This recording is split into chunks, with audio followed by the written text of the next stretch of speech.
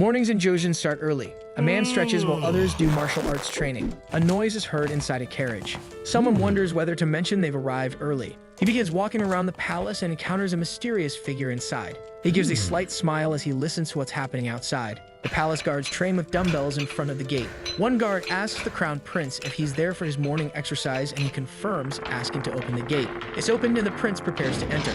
Inside, several people train with weightlifting equipment, and two men talk about their results. One says he didn't recognize the other because he lost so much weight, and the other compliments his colleague on his muscle gain, commenting on his broadened shoulders. They then start posing, boasting about their bodybuilding. The prince looks to the side and notices something. A man appears extremely exhausted, saying he's only halfway there, wondering why it took him so long to reach halfway. The prince also observes a man bench pressing with all his strength, pushing himself to the max. He notices another squatting with heavy weights, everyone giving their all. He wears a psychopathic expression, thinking their muscles are being perfected. In his past as a bodybuilding instructor, there was nothing he wanted more than this. Choi Young-jik, a common young man from the Republic of Korea who studied food and nutrition in college just to become a complete fitness coach. He first learned weightlifting in the military, being in a frontline unit with no recreational activities. Naturally, going to the gym became his only solace, and even after returning to college, he didn't give up his workouts. People in his history class wondered what a physical education teacher was doing there. And as the semesters passed, our Korean Ronnie Coleman kept getting bigger.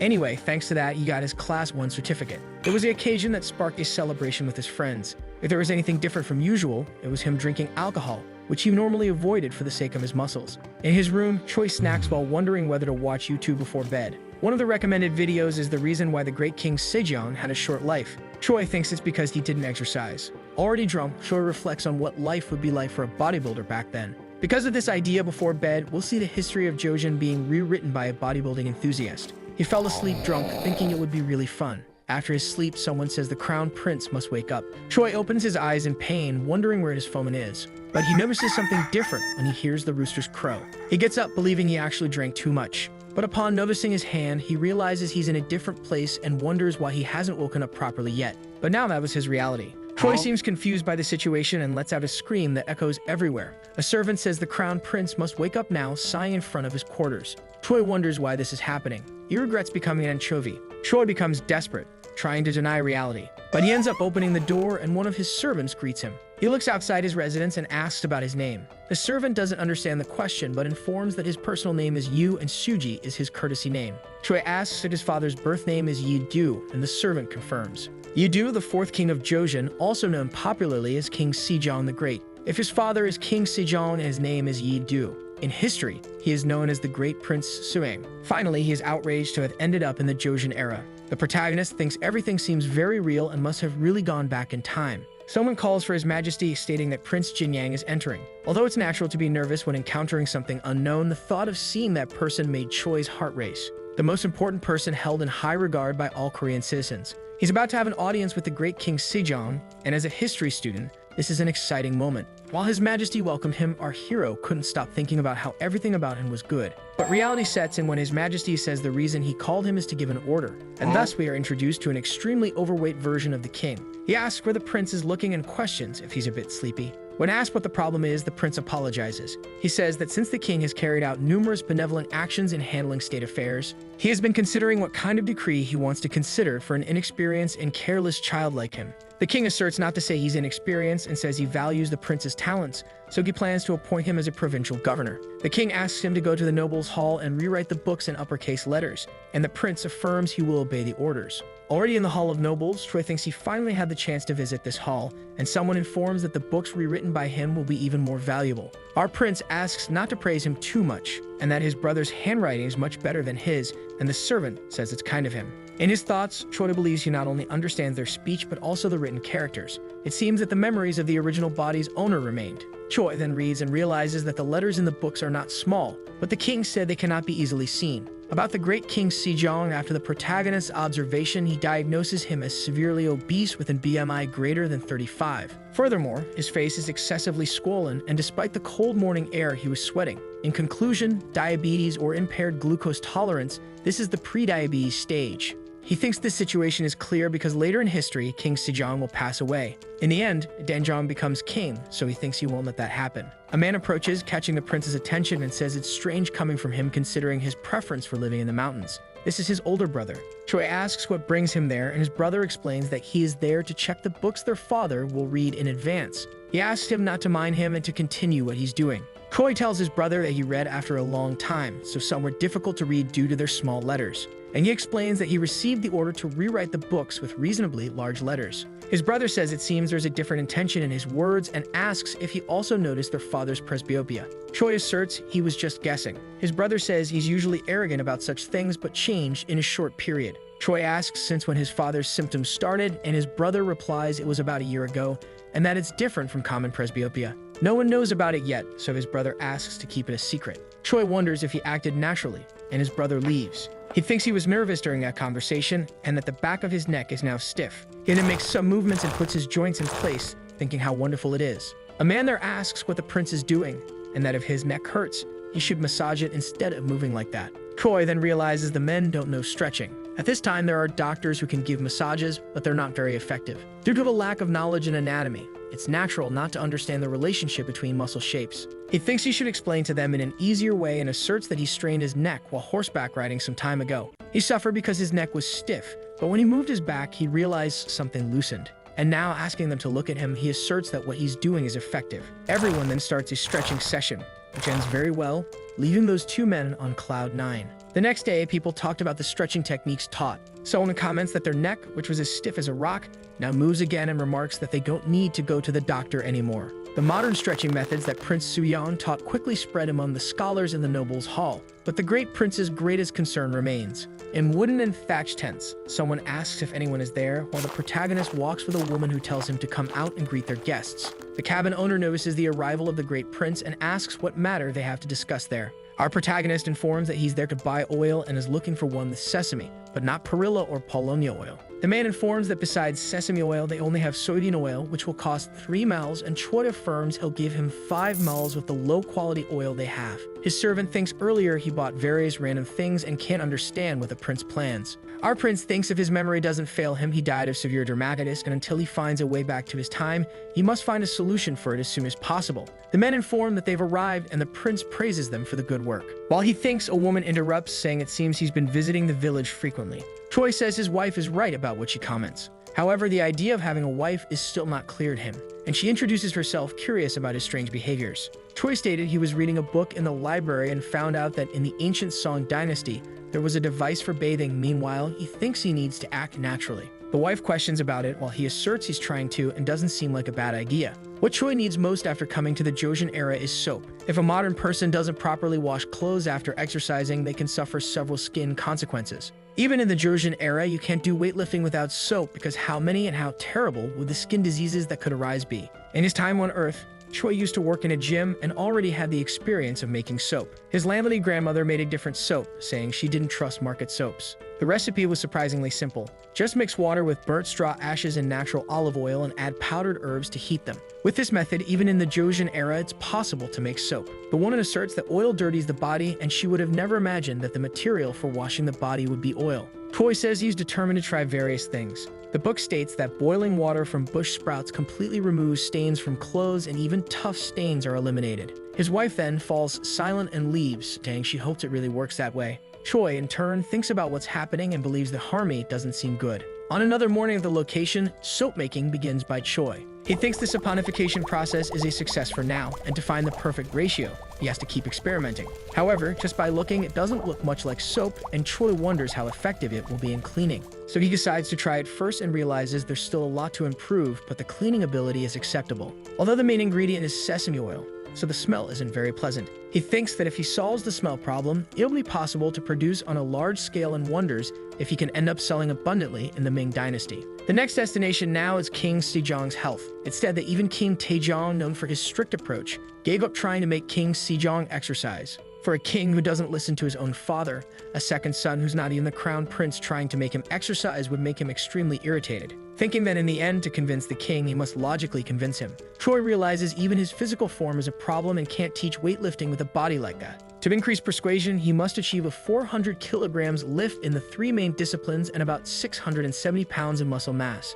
making a pose in the middle of the bath that leaves people in the place confused. The next step is to turn weightlifting into an academic discipline and create a book containing that history. Choi thinks of a saying that mentions prestige and good reputation. If they improve the bodies inherited from their parents, this would be filial, so he'll make a book that records the discipline of building oneself and shaping the body, named Bodybuilding Secretary. Later in the palace, the prince began to exercise by doing pull-ups on a piece of wood connected to a door. After finishing his session, he wonders what talented body it is. In addition to pull-ups, he also did dips, push-ups, and even the dragon flag. He thinks that for the other parts, at least there's some talent, but the core strength and pulling are beyond the reach of ordinary people. It's impressive that he can do 15 push-ups in a row without getting tired even with this excess abdominal fat. Then thinking if it's true that his lineage won't go anywhere. The servants inform that the materials the prince ordered have arrived. Choi ordered dumbbells, and the man says it's reassuring to hear that he liked it, especially since it's the first time he's done it. The prince is very happy as the men leave the room. They talk among themselves that Prince Jinyang has finally gone mad because spending 80 acres of rice to buy those cast irons is a horrible decision. He states that even in the samurai family there is no need for so much iron, but he concludes that perhaps the prince is recruiting soldiers, and his colleague asks him to speak quietly and be careful what he says around people because they only need money in circulation. Choi thinks that his calisthenic exercise so far hasn't made much of a difference, but it will be different with this much iron. The wife's servant tells her that even though she is royalty, it's an exaggeration, and asks if her lady will just watch, but is cut off by her. The servant asks why she doesn't try washing her body with oil and criticizes the protagonist's decision to spend 80 acres on a bunch of iron. The prince's wife thought he was obsessed with hunting for a long time, but now he was obsessed with strange objects and doesn't know what she did wrong. She then tells her to stop saying those things, leaving her servant a little embarrassed. She reminisces about good memories with the prince, like the day he handed her a rose, but today it's not the same anymore, and she cuts one of the roses she had received, thinking she wants to sleep early this day and doesn't need attention from others. The woman then starts to take her bath and observes the soap made by the prince. She wonders if she should wash her body with it and decides to try it once, thus passing the soap over all parts of her body and realizing that it was very different from the usual. Choi came out of his bath thinking he really needed to lift weights to feel like he had exercised. Suddenly, he hears a noise and asks who's there. He realizes it's his wife, and she comments that the soap called Dirt Remover is great, but the strong smell of sesame oil is a problem, and if she bathes with it every day, someone might mistake her for an oil vendor's wife. Choi then asks if it would be better to use pig oil or beef oil, but remembers that it is a very expensive product and with a not-so-different smell. Instead of selling to the Ming dynasty, this will become an exclusive business for the nobles of the Joseon dynasty. He says he found an easy solution to solve that and asks what she thinks of mixing camellia oil, affirming enthusiastically that it will surely have a better smell than sesame oil, thanking his wife and leaving her blushing. In the Gakon region, a man greets the great General Jin Yang. Our prince says the man's face is engraved in his memory and asks if he participated in the hunt last winter. Trying to drive the deer out of the thicket, the man's body was very hurt. People went through a lot of difficulties, and now the prince came to compensate even if it's late. Choi says he would give him his silver, but it seemed wrong and states that for his house, every 15 days, 2 bags of rice and eggs will be sent along with chicken meat and more things. Our prince asks him to make sure to use this especially with his family, and the grateful man asks how he could repay for the kindness. Choi, in turn, states that there is no need to repay, just to inform every fortnight the growth and weight of his children. He promised to provide food for 20 families, and with that, he recorded the weight and height of the children, giving a balanced diet focusing on proteins for 10 of them. And for the other half, a diet focusing on carbohydrates and fats is provided. Next, changes in the physical shape and mutual abilities of the children will be recorded to use them as reference data. In his thoughts, Choi gained an advantage over his father when he convinces him to exercise. A blacksmith hammers on a sword while the protagonist asks a man if he can do what's on paper. The man says he can't read but understands numbers, and a round piece of iron weighs 30 kilograms, the same weight as 3 lids of the Warsaw-style pot. He asks if the protagonist plans to fit them on a pointed pin, which Choi confirms. He asks if this means that 4 will be placed on each side, and is shocked to think that if there are 8, it will be 240 kilograms. The prince says that to be honest, in the end, an even more powerful weight will be needed,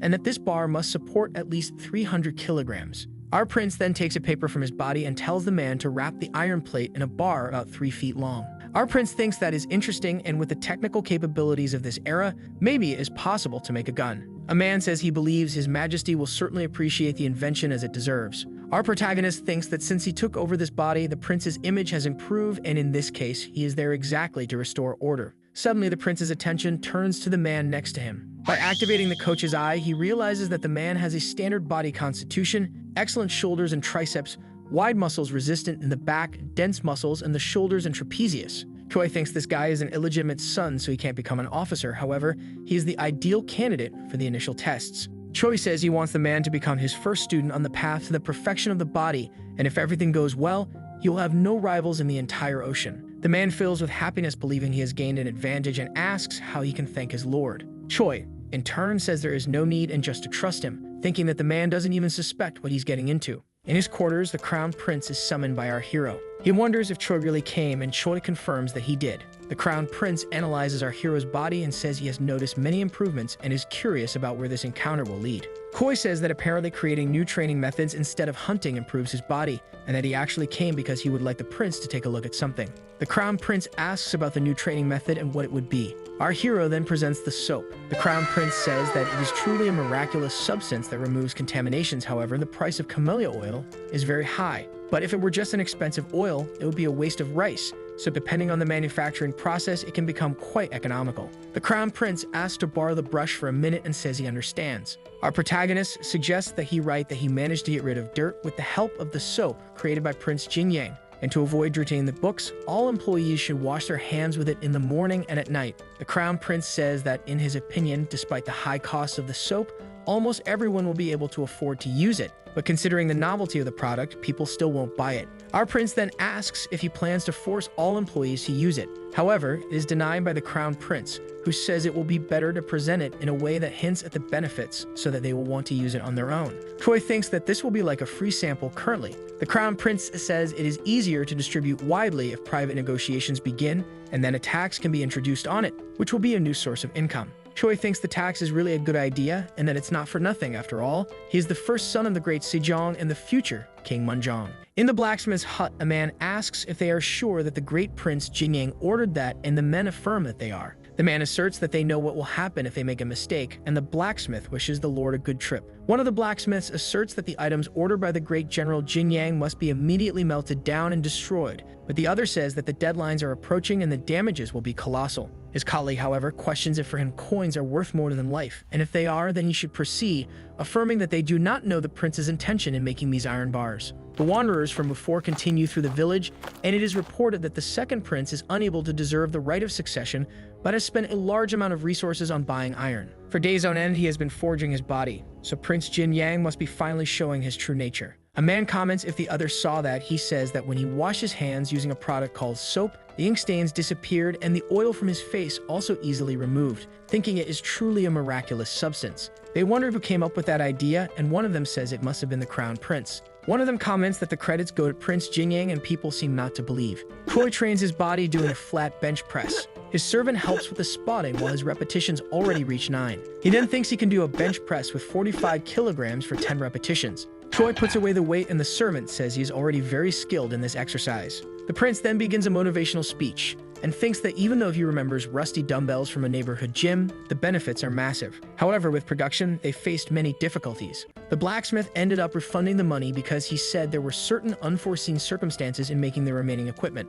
They not only failed to complete on time, but also missed the design. Choi then says now it's his servant's turn. The servant despairs, affirming that if he takes that weight, he will be crushed to death. However, the prince does not want to debate and affirms that he needs to stimulate his body with a scary face. Choi then gives training tips while the servant struggles. His wife approaches, thinking that before he was skinny, but now his body is radiating strength, and her servant compares him to General Wonbano. The prince is distracted from the exercise and asks if what his wife is saying is true. He heard that he is a true hero from a young age and in maturity, distinguished himself in the role of general, thinking then if he should implement a fee for military training. While his servant almost dies in the bench press, the prince affirms that a weapon alone is not enough for victory. Suddenly, a noise at the gate catches everyone's attention. Choi wonders who dares to enter so brazenly through the gates of his house. It's the wanderers from before. They enter the place with serious faces and go towards the prince. The wife asks what's happening and if they know that property belongs to Prince Jinyang. One of the men in a frightening manner says that they are already aware, and that if she is the man's wife,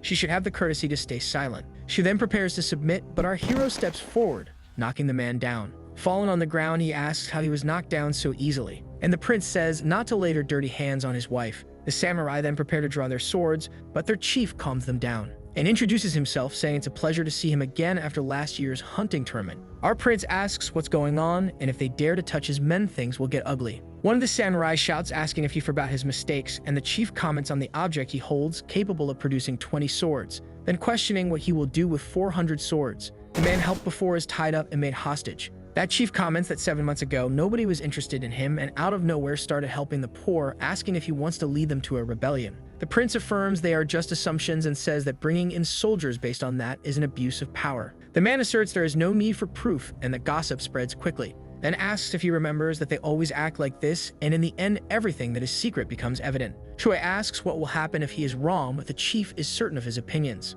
affirming that he will interrogate everyone around them. Choi thinks about detention and interrogation, and even if he declares his innocence, they won't calm down. This is a typical investigation of enmity. After all, he hasn't done anything wrong since taking over the prince's body and doesn't know what intrigues they had before his appearance. He then takes a deep breath and wonders what he should do now. Suddenly, someone arrives and asks what's going on there. Choi is surprised and realizes it's his brother. The crown prince says he came personally because the bad rumors about him have spread everywhere. He stated that he believed he had found a way to train his body, while the samurais ask him to stay away from this madman. The first prince then questions whether Choi is mad, telling him to be more careful with his words because he is not a madman. Everywhere there are those discontented with someone using wealth for personal purposes, but he will give his brother a chance to explain himself. However, even though they are family, getting rid of these rumors will be difficult, so strong arguments will be needed. Finally, he says that if the accusations are false, there will be no escape. He won't be able to get away so easily. The crown prince affirms that if he accuses his brother and cannot prove it, he won't get away with it. Our prince then pounds his bar on the ground and says he needs help,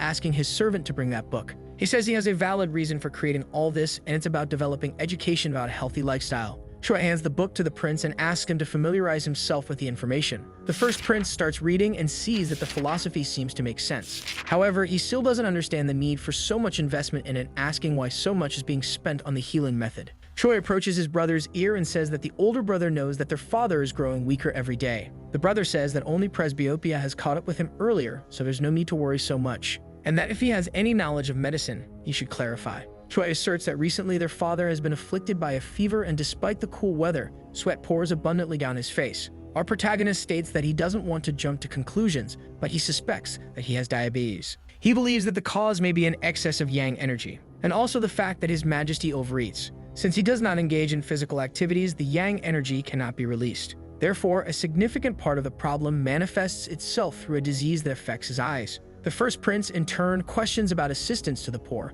asking if that is also related to their father. Choi asserts that it was all for his research and says that in his book, all topics related to nutrition and exercises are recorded. He states that he wants to convince their father of what is written. The first prince then shouts that from what he heard, Prince Jingyang is innocent. However, the chief samurai says that it won't work because conducting investigations and trials is his duty. He says that His Majesty will not be pleased with his rights being challenged, asserting that competent inspectors of various ranks have gathered there. The chief then asks if he wants him to simply obey the command or set an example for his soldiers, and that if he wants to expel them from there, he will have to start by expelling him. The man tells the heir that covering up for someone just because of ties is wrong because he will be the future king, telling him to be resolute and show the world the greatness of his country's laws. Li Suk-chae did not simply reach the position of chief inspector. Now this problem concerns not only the two of them, since he involved the crown prince in all of this. Seeing that there is nothing to be done, the crown prince asks him to explain the reason for buying everything. Since that's the case, Choi says he will personally show it to him, proving it with all his might. In the king's body, yang energy has accumulated, which affected his vision, resulting in presbyopia, but he believes he can overcome diseases by strengthening the body. Everyone knows that Your Majesty spares no physical effort. However, if we demonstrate to him an unprecedented power, he will be interested. If we show strength equivalent to the achievements of Yamyu, he may abandon his skepticism. Choi then says that if he can't convince them, he won't convince his father. The crown prince again draws everyone's attention, explaining that Prince Jingyang has been developing healing methods for the people, and these adaptations were created for this purpose. The chief asks if he's really using that for training, wondering about a piece of iron that weighs more than a sturdy pot. The prince says he just realized that maybe the purchase of everything was for the inspection. And if he's right, why not allow the young man to demonstrate his abilities to clear his name? One of the samurais then says he will check because in strength he is the best, and if the prince loses, it will be clear that he lied. Choi then stretches and prepares for the competition. The two lie down on the bench press, and Choi explains about the exercise, giving details on how to do it correctly. The soldier asks if it's not just a matter of strength and if the prince is afraid of losing.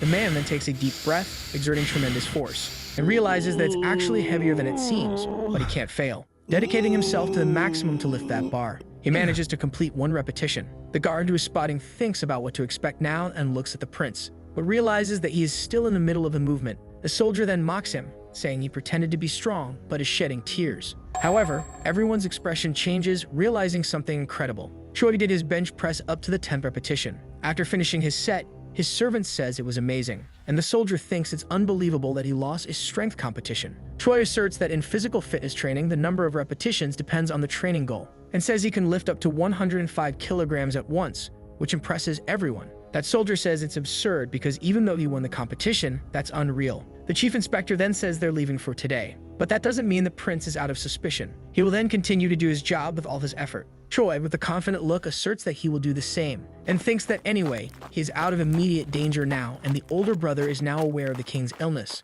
The crown prince says he will also withdraw, and Choi wishes him to take care. He remembers that his older brother said he would help him with the elaboration of his book, and that in the end, everything turned out well. Addressing his wife, Choi apologizes, but she expresses embarrassment for not recognizing the good intention earlier. While stating that he won't let something like this happen again, he embraces her. This leaves her extremely embarrassed in front of others at the location. She asserts that they can't do such a thing there and should go to their room, making Choi even more ashamed. One of the inspection members apologizes for what happened and says he will take responsibility. However, the chief explains that it's not like they didn't gain anything. The chief says that among those devices is an unusually thin and hollow item that resembles Chongtong. He then asks if he's improving the Si Chongtong to develop a new firearm, and that a year ago during the hunting contest, he clearly saw the true intentions of that beast. Would that Prince Jinyang be creating the Secretary of Corporal Constitution as a final act of pity? That's ridiculous, so the chief says he'll keep an eye out to find out what he's really hiding. While Prince Jinyang continues his daily life as usual, after a few days,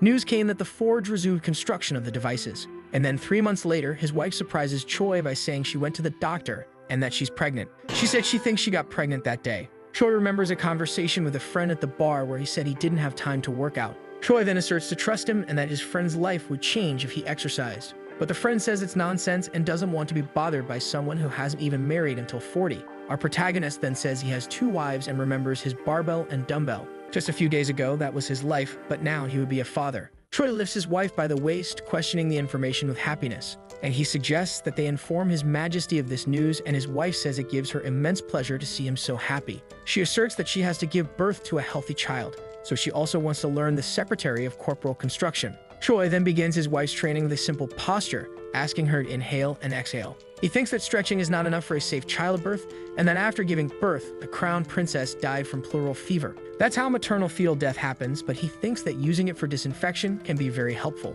Someone informs them that they have a guest, and a man asks if he calls that sojigori. The old man said he had no idea it was possible to produce distilled liquor in this way. Choi asserts that the design was developed by him and that he wants to obtain pure alcohol, so he made this thin and elongated part. The second prince asks them to bring all the soju inside his house.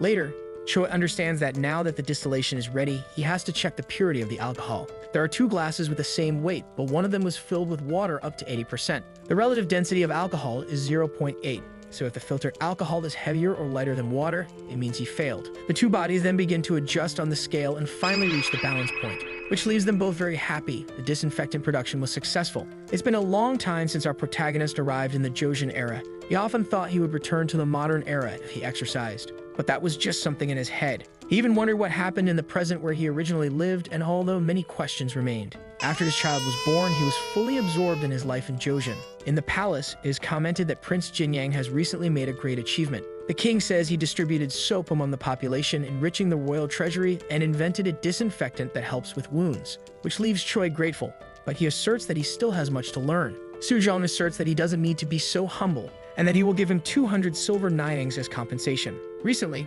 Prince Jin had his first child, and the princess returned to her normal life in a week, proving the effectiveness of the disinfectant. The king asserts that from now on, the disinfectant will be used to treat all mothers and newborns. He is proud of his son because he once thought he was just a sore spot, but Jin has shown maturity. As he looks at him, the king's eyes gradually close until he passes out. People despair around the king, clamoring for a doctor to be called. This year is March 1438, and Sejong's illness suddenly worsened. The crown prince says the king's illness worsened, and fortunately, he recovered quickly, but the unease remains. When asked how he is now, he says thirst makes him drink a lot of water, and his vision has deteriorated a lot. Even the decoction had no positive effect. Choi asks his brother if the father has mentioned symptoms, things like seeing a fog and insects around. This is something his grandfather mentioned one day when he suffered from diabetes. His brother says he never mentioned such symptoms, but says it's frustrating not being able to see things from afar. Choi asserts that in this case, it's not so serious yet, and that this symptom may be a consequence of overwork. But he thinks they can't be at ease because with this type of disease, if nothing is done, it will be like in the story, and in a year, the great King Sejong will lose his vision due to complications. Mentioning that his mother's birthday is this September, he asserts that he will create an opportunity to change his father's mind on that day. His brother asks what the hell he's planning to do at a royal banquet, and Choi explains that in the Corporal Construction Secretary there are 3 exercises that use heavy weights. Squat, bench press, and deadlift are called the big 3 exercises. At his mother's birthday banquet, he will perform a total of 375 kilograms in the 3 exercises. The Crown Prince asks if that isn't ridiculous, because the palace guards who were ordered to try couldn't even lift 225 kilograms. Choi asserts that at the moment he can't lift that weight yet, but he will surely succeed for the sake of his father. The brother says that if that's his will, he will do everything to help, and Choi asserts that he wants to create a book that his father will be pleased with. His brother, however, says that he should also dedicate himself to studies, which makes Choi confused. The brother says that since he wrote a book, he should incorporate the content of all 13 classics. Choi tries to maintain composure but thinks he's screwed to do that, but that's to save the great King Sejong. So finally, Choi says that his brother can count on him, and that when he reaches 375 kilograms in the Big 3, they will bring up the topic of the book in front of their father and ensure he tries their method. They then argue for their father's well-being. Choi thinks he's about to take on something really crazy because increasing by a few percent in 6 months is already questionable. But even if he succeeds, this body loaded with fat won't be a convincing argument. He believes that to showcase his muscles in all their glory, he needs to lose about 3 kilograms of fat. And the best way to burn calories in this era is walking. He hopes the unlimited potential of this body will be useful. Back at home, he reads the books his brother requested while pondering his exhausting routine. While contemplating giving up, he imagines what his brother would say to him. Choi understands he can't complain at this moment. With his meal on the table, his wife asks if it's acceptable for him. She explains that oatmeal is something eaten to fill the stomach, and Choi asserts that he must prove himself at his mother's birthday. While talking about his extra fat, he asserts that he will eat until his filial piety is proven. His wife says she can't understand her husband's ambition, and fearing the porridge might be bland without seasoning, she salted it. Respecting her husband's decision, she asks if their servant is there and requests to take away the served table and bring a new one, asserting to make sure to never add seasoning to her beloved's food while he cries. After another running session in the forest, more deadlift training, climbing, and readings, Choi atop a mountain thinks time flew by quickly. The day of Queen Sojin's birthday banquet arrives. A man makes a presentation by standing on a horse. Sojin is delighted, saying that Ryugu's riding talent has reached a new level. The king also appeared happy, but he was actually very sad about the state of his vision. The Crown Prince says it's our protagonist's turn, and everyone thinks he will perform like street performers. Choi asks if he mentioned the book, and the Crown Prince says that when he told the princess that he lifts 112 kilograms, she didn't believe it. So he asks Choi to proceed with the plan, because his father will surely show interest in the book. The prince then says seriously that this is something he really wants from his brother. During Queen Sojin's birthday party, Prince Jinyang's turn to present arrived. He squats and congratulates his mother on her birthday, because the fact that he exists in that world is all thanks to the divine kindness of the king and Her Majesty the Queen. With that in mind, he created the Corporal Construction Secretary, which means healthy discipline for self-enlightenment and the development of a fit body. The king asks Yu what that huge iron object behind him is and what he's trying to show. Choi says he prepared something small just to repay his kindness, and as he holds the bar, he says he's overwhelmed with countless emotions. He removes his cloak, showing his exceptional body to everyone, saying that what they are seeing today is something granted by both of his parents. At Queen Sojin's birthday in the year 1438, the ceremony that changed the course of history unfolds now. The soldiers are stunned, saying they've never seen a body like this in their lives and wondering if this is the prince they know. Choi then says he will start, and everyone wonders what he will do. He lies down on the bench press with the weights and begins repetitions. Once again, he surprises others and continues his repetitions one after another. The soldiers don't understand where he got all that strength. Then the bench press set ends successfully. Choi says that one of the important activities in his book is this exercise called bench press. Through it, one can train the chest, shoulders, and arms. The queen applauds but says she doesn't understand what she just saw and asks how much it all weighs. Choi asserts that the bar weighs 24 kilograms and the cylindrical plates combined weigh about 144 kilograms. In total, the weight is 168 kilograms, which impresses the king and the queen. Choi then presents his next exercise, the squat. The exercise involves lifting a large bar on the shoulders and using the power of the legs to sit and stand repeatedly. This technique not only trains the legs but also the glutes, waist, and lower abdomen. The queen despairs, telling her son to stop it immediately. However, the second prince ignores her and says he will now do the squats. He takes the bar off the rack and rests it on his trapezius with the low bar technique. Choi then squats like he never squatted before. He focuses on the eccentric phase and gathers all his strength to do the concentric, and he finishes his movement with 204 kilograms. The queen is surprised that her son managed to stand up, and the king asks his servant to call a doctor, asking if it's even possible for the human body, but his servant also doesn't know. But this spectacle seems to be related to the so-called healthy discipline. Choi then presents the last activity called deadlift, and for that, the largest iron bar is used. Everyone goes crazy with what was said, and the crown prince decides to intervene in his father's conversation. He says he's worried that Yu's waist might be injured. With the king's permission, he says he will take some precautionary measures, thus putting a belt around his brother's core. For a brief moment, the two look at each other fearfully, because now the weight is 240 kilograms. Koi tells his father and mother that since they granted him a body capable of using such power, he will continue to care for it properly and fulfill his duties. The inspection members comment among themselves that the prince must have lost his mind and gone crazy. Choi asserts that he could have handled more weight than that, but from his current body, this weight is overwhelming. Although the belt around the waist helps a little, this plan is still completely absurd. To reach 375 kilograms in the big 3 exercises in just 2 years.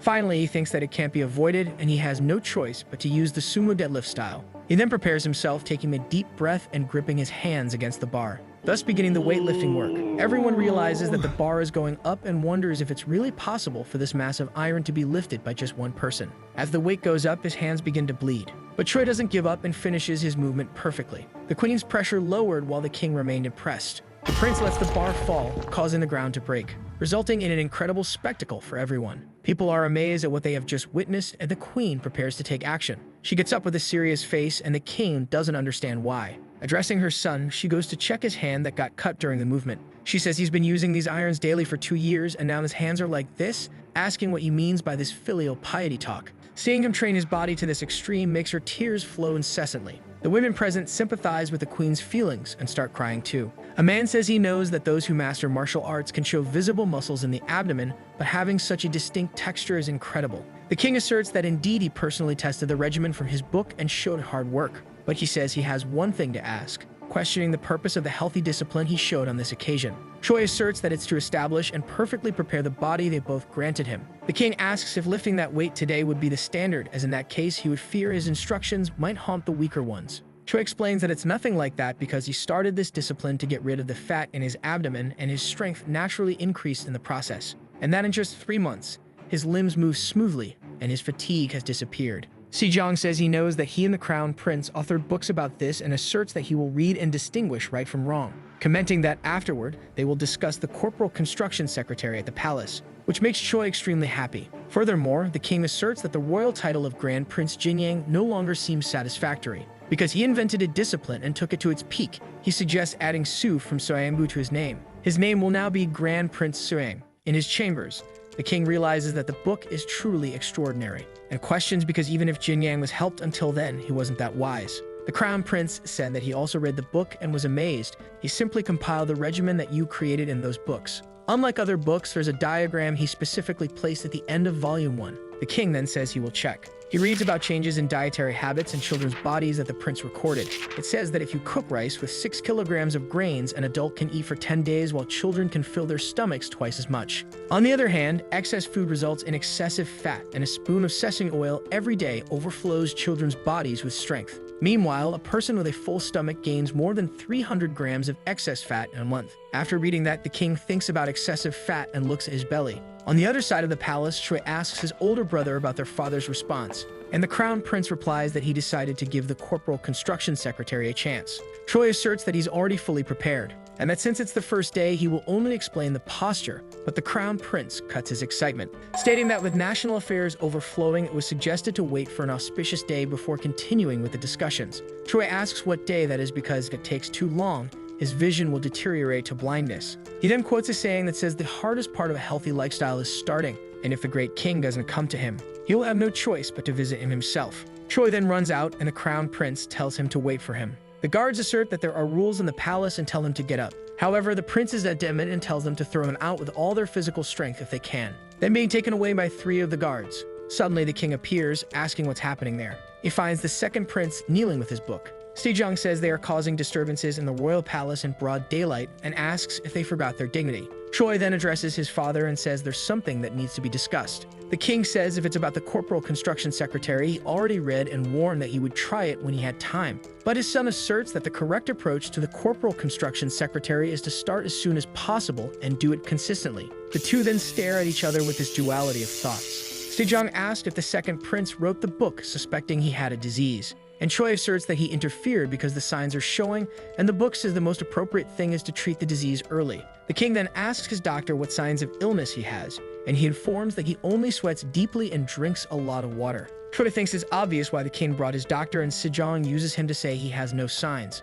Our prince thought he must have read the diagram of the book and been seriously contemplating his illness. The issue is that he just hated to exercise. So all that needs to be done is to give him a push. Choi then says that considering the symptoms, he believes it might be type 2 diabetes. He asserted that he tried to put his body in a similar condition, making everyone surprised. However, he never actually put himself in such a situation. Diabetes is a disease where excess yang kai destroys the body, and as we know, sugar is also used as medicine to replenish yang kai. So consuming a lot of grain syrup or caramel can cause temporary diabetes, and as a result of experiencing this, he often became extremely thirsty and drank a bucket of water. Furthermore, his vision often darkened due to excessive fatigue, and he fell asleep on the spot. Hearing all this information, the king identifies. In turn, Choi asks if these symptoms are the same as his father experienced. But in reality, he was lying when he said he had already put himself in that situation.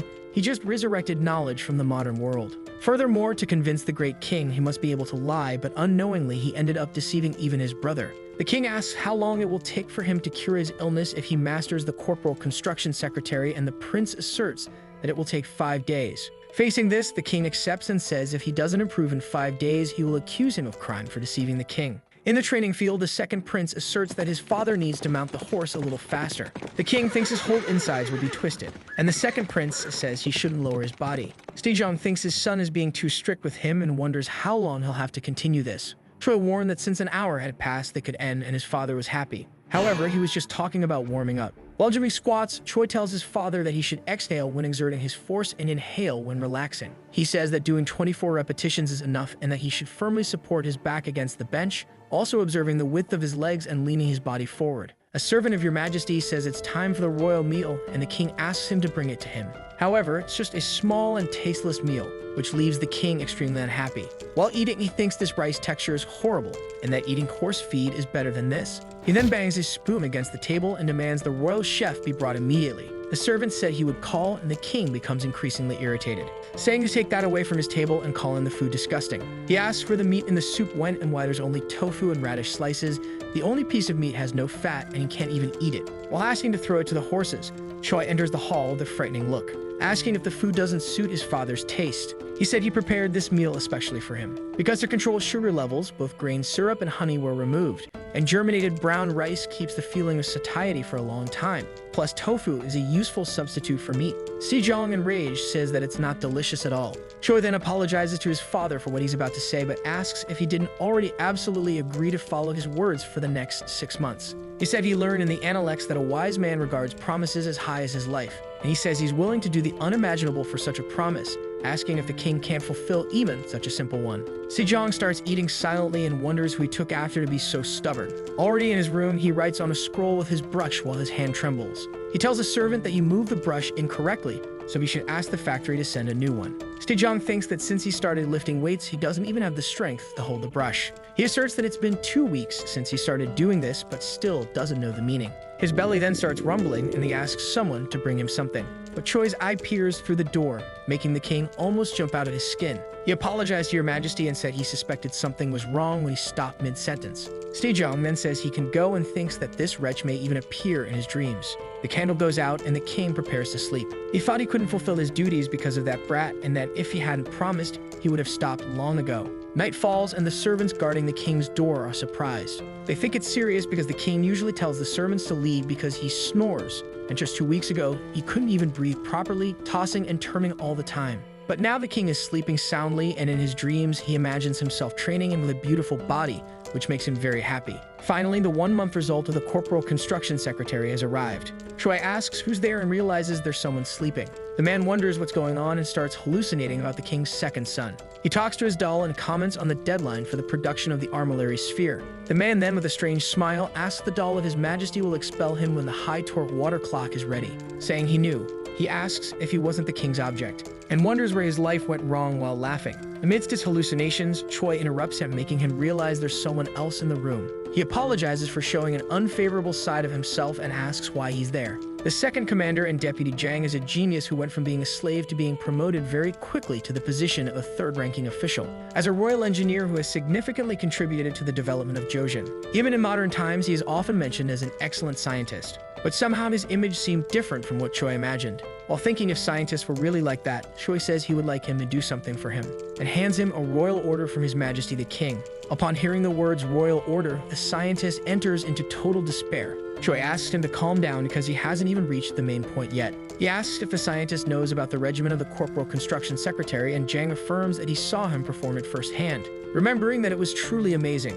Choi says this will expedite the conversation because His Majesty is learning the technique, but the problem is that the gays are getting colder and can't go out. He then would like to request that he create something that can make him feel like he's running in a field even while inside a room. Jang says that this device is something he has never made in his entire life, so he will need time to understand. And since he has a mountain of backlog work, it may be that he can only do it after a few years, which makes Choi think that making a treadmill may be difficult. He then says he will have to find a better way because His Majesty is suffering greatly from his techniques. And thinking about the pain the king is already going through, it may be too early for him to use the step device. Jang asks if the regimen proposed by the prince isn't intended to make the body healthy, and Choi affirms that the weights increase according to the level. There have been many times when he felt pain in his arms, legs, and stomach, and even now that time makes him tremble. Thinking that the prince's method is distressing, he says he would like to refuse if it were up to him. But it seems he has no choice but to do it quickly because it's a royal order. He then says he will draft it immediately and asks him to accompany him. But the prince in turn asks if it won't take years. Jang explains that if they make it with wood like in the picture, it will break quickly, but if they make it with a steel plate, it will be much heavier. So the engineer draws something similar to a hamster wheel, and Choi thinks it makes sense. The prince asks if it will take a month, but Jang affirms that if there are no extravagant decorations, 10 days will be enough. Choi is impressed with the time, asking about the work he has, but Jang affirms that since it's a royal order, he has to work hard. This wasn't his real intention, but for the prince, everything was fine. 10 days later, Choi presents the step device to the crown prince. He says it's a relief to be able to exercise within the palace, but he's worried because the father is the first to use it. Choi then says not to worry because he has already tested it and there are no problems with its operation. His brother says it would be good if everyone were like him, but their father is still a beginner, and you would feel more at ease if someone who doesn't train tested it first. The second prince then smiles and says he has the perfect person for that. The protagonist's brother asks if he's talking about him and that he shouldn't joke like that. He says he doesn't know about the others, but he resembles the father in hating exercises. However, the speeches didn't work and the first prince was put on the wheel to run. Our hero tells him to keep running because only a quarter of an hour has passed. Later, the first prince asks why he also has to do bench presses. And the second one says that someone with a good appearance like his not preparing his body is a shame, so he should do more repetitions. Thinking his brother wants to torture him, the first prince complains while doing his exercise. But Choi asks for more repetitions even though his brother complains a lot. Later, the first prince asks him to be honest because he did 12 squat repetitions before, then asks if his brother is trying to deceive him by increasing the number. Choi affirms that his calculation method changes depending on how the muscles look and asks him to maintain the correct position. He informs that his brother's knees buckled again, and that his back is too inclined forward. The first prince cries, asking for his kind brother to come back.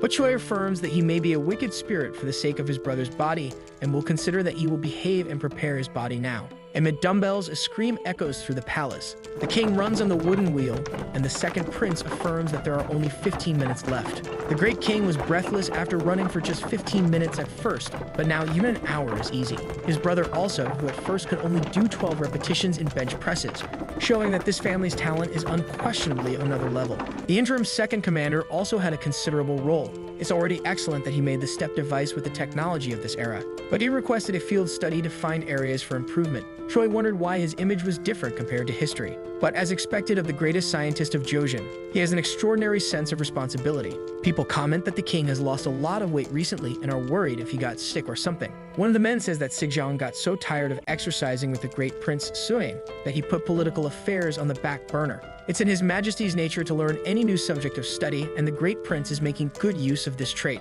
The servant told the first prince that everyone was talking about it and didn't tell His Highness to not make him worried. The first prince tells him not to say such things because he also lost extra fat since he started exercising and his father is going through the same. The doctor then asks if rapid fat loss isn't also a symptom of diabetes. and they all start discussing that they can't believe in this situation where the regimen for a healthy body actually harms health. They say they should file a petition asking His Majesty to stop at least for a day. The king then appears asking why they are making such a fuss, and everyone is surprised by the king's new appearance. He then asked again but demonstrates a completely different aura with a much healthier, imposing body. Choi warns that the doctor doesn't need to worry because according to the records of the royal clinic, he's sweating much more and the amount of water consumed has decreased. The doctor asks what will happen if it's really a symptom, and Choi warns that they are only halfway through the promised 6 months. He then asks his brother to wait and see because muscles don't lie. With calluses on his hands, the second prince thinks that time is passing too fast and his life in the 21st century seems just like a dream now. Suddenly, a person approaches talking to the great prince. It was the chief of inspection who incriminated him. He says that the prince entered the office again before sunrise this morning, and Choi asks what an inspector general is doing there so early. The chief says that His Majesty complains of fatigue and has less time to engage in political affairs, so he came there to relieve the burden of the king. Choi smiles, saying that he's working hard and that both want to protect the king's health, and asks if the inspector has any plan to behave and prepare the body. In turn, the inspection chief says that unfortunately, he has a lot of work to do, and as an official, he can't only think about his safety. Choi says he's not as well versed as the inspector when it comes to public sector matters, but if he spends 2 hours exercising, he can dedicate even more in his remaining 22 hours. However, the chief says it may be the opposite, with 22 hours of service being ruined by those 2 hours. Finally, he says he only wishes the best for His Majesty's health. While walking through the snow, he informs that the 6 months he promised will be ending soon. The Inspection General is an organization that investigates the misconduct of all high-ranking officials and reports them. Impeachment based on official rumors can only be impeached based on rumors. Not requiring evidence for a claim, it's okay not to provide any basis for their allegations. They followed only the principles and were objects of fear for the officials. One of the inspectors says that tomorrow is finally the day of military training, and that the chief must make a decision now. All the members of the inspection went to the king and knelt down asking him to reconsider. The king, in turn, asked what brought them there in such a hurry. The chief asks him to stop the bodybuilding secretary's regimen. All disciplines can take time to master.